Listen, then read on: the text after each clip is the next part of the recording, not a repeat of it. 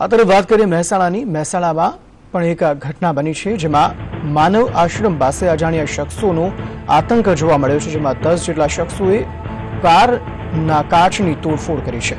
ઉલ્લેખનીય છે કે 10 અજાણ્યા શખ્સો એકસાથે ધસી આવ્યા અને અલગ અલગ વાહનો પર તોડફોડ કરવા લાગ્યા। વધુ માહિતી મેળવીએ સંવાદદાતા હારૂન નાગોરી પાસેથી। હારૂન, જણાવો શું વધુ વિગત મળી રહી છે? આખરે આ અજાણ્યા શખ્સોએ શા કારણે ગાડીના કાચ તોડ્યા, કોઈ જાણકારી મળી શકે કેમ?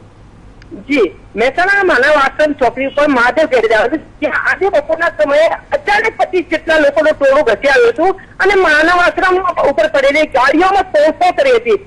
તમારા ગાડીઓના કાચ તોડવામાં આવ્યા હતા, 25 જેટલી ગાડીઓનો કાચ તોડવામાં આવ્યા હતા અને ત્યારબાદ જે મહાદેવ ગેરેજનો માલિકની જે ઓફિસ છે એની અંદર ઘૂસી ગયા હતા અને આ ઓફિસની અંદર પણ તોડફોડ કરવામાં આવ્યો હતો। જોકે તલવાર જેવા ઘાતક હથિયાર આવેલા આ ટોળો કોણ હતું અને ક્યાંથી આવ્યો પતો લાગ્યો નથી, પરંતુ સમગ્ર મામલો સીસીટીવીમાં કેદ થયો છે અને પોલીસ ઘટના સ્થળ પર પહોંચીને તપાસ કરી રહી છે।